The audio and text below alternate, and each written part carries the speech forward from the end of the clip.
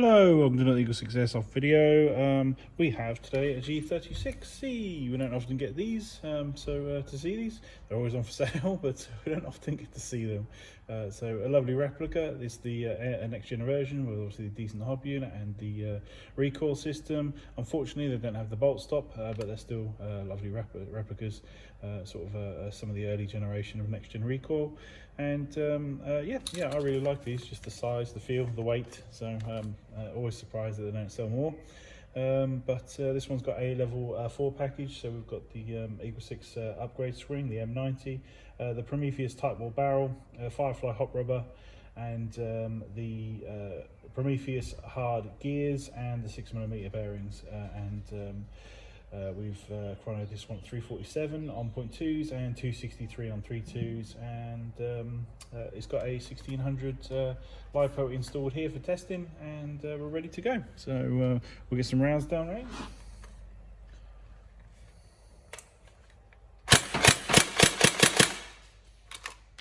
Even fill up the magazine.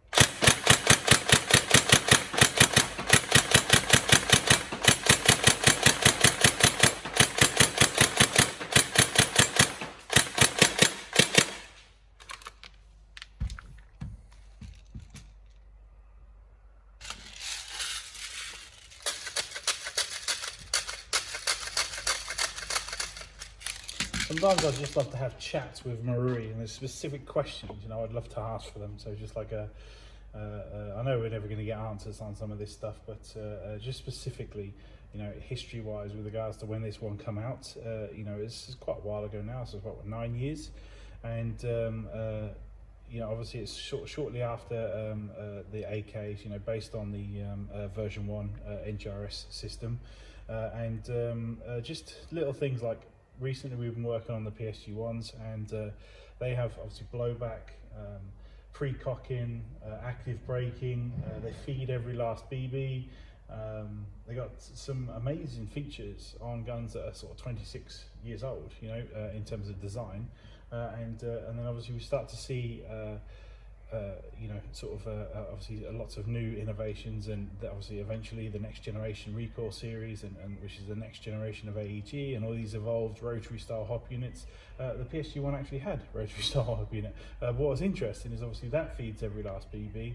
M4 wants feed every last BB. The AKs drop theirs, and the recoils G36 drop theirs. It's almost like TM just had a day off, so I've been working really hard over these last 20 years, we'll take a break on G36. It doesn't need bolt stop, and doesn't need to feed every last BB. So I think they've obviously tried to incorporate some of their original AEG stuff in there, so maybe so they didn't have to make new mags or something, but it's the thing is, what people love about this new MP5, just as an example, is they have just gone to town and gone mental, and yeah, okay, it carries a price tag, but what Maru doesn't get is that people are willing to pay for features.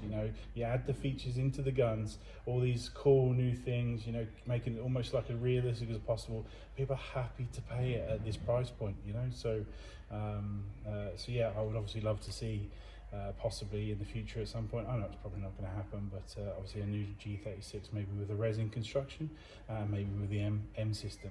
It'd just be amazing to see, with obviously the MOSFET, the bolt stop, feeding every last BB, and then obviously using the construction methods from the MP5. It's not to say, like I say, this is a bad replica. It's a fantastic replica. So people kill for this replica, it's just the evolution of AEG. I just thought it was a bit of a weird one in the history of TM. Anyway, sorry to bore you.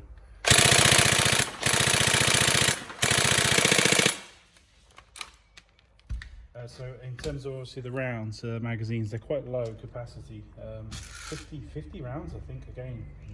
With a weird thing from TM. I know they're like aesthetically good looking mags, with the imitation bullets, but that is quite low.